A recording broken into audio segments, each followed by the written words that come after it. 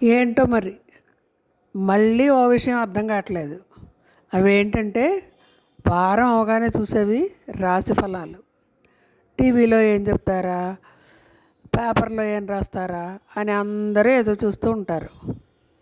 కానీ మనకి ఏం చెప్తున్నారు టీవీల్లోనూ వాటిల్లోనూ ఛానల్స్లోనూ?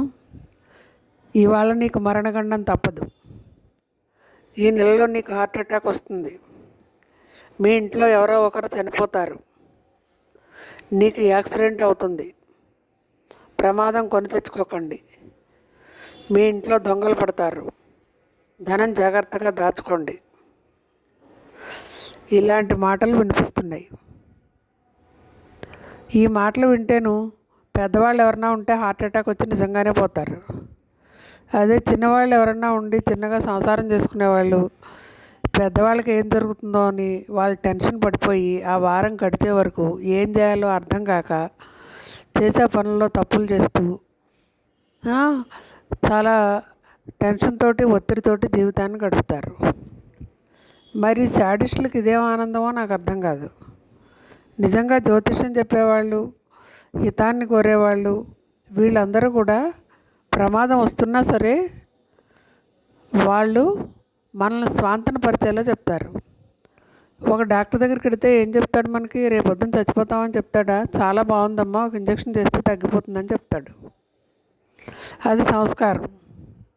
కానీ వీళ్ళు డబ్బుల కోసం మనకి రేపొద్దున చచ్చిపోతావు, నీకు మరణగండం తప్పదు అంటే ఆ ఛానల్ చూసి మనం ఆ వీడియో చూసి మనం గబగబా ఫోన్ నెంబర్ వెతుక్కుని వాళ్ళ దగ్గరికి వెళ్ళిపోయి డబ్బులు ఖర్చు పెట్టేసుకుంటాం. అది వాళ్ళకి జీవనోపాధి. అవతల వాళ్ళ ఏడుపు వాళ్ళకి జీవనోపాధి.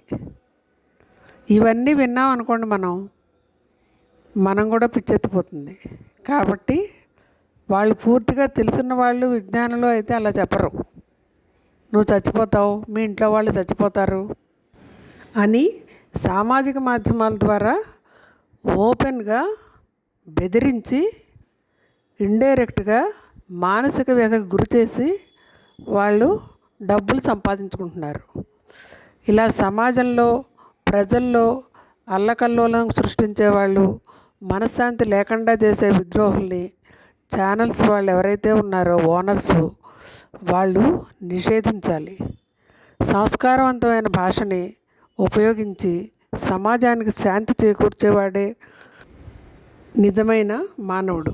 కాబట్టి మనమందరం కూడా ఇలాంటి అనవసరమైన వీడియోలని చూసి డబ్బులు ఖర్చు పెట్టుకోకుండా ఆ డబ్బులు కుటుంబ సంక్షేమానికి వినియోగిద్దాం.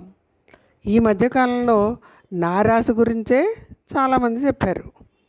నాకు అందుకే సందేహం వచ్చి ఈ వీడియో చేశాను. నేను చచ్చిపోతావు నువ్వు, ఈ నెలలో మరణగండం తప్పదు, మీ ఇంట్లో పెద్దలకు మరణగండం తప్పదు. వారు చెప్పిన రాశి వాళ్ళు మా ఇంట్లో 3 ఉన్నారు. చిన్నపిల్లలు ఉన్నారు, పెద్దవాళ్ళు ఉన్నారు, నేను ఉన్నాను. కానీ ఏం చేయాలి నేను?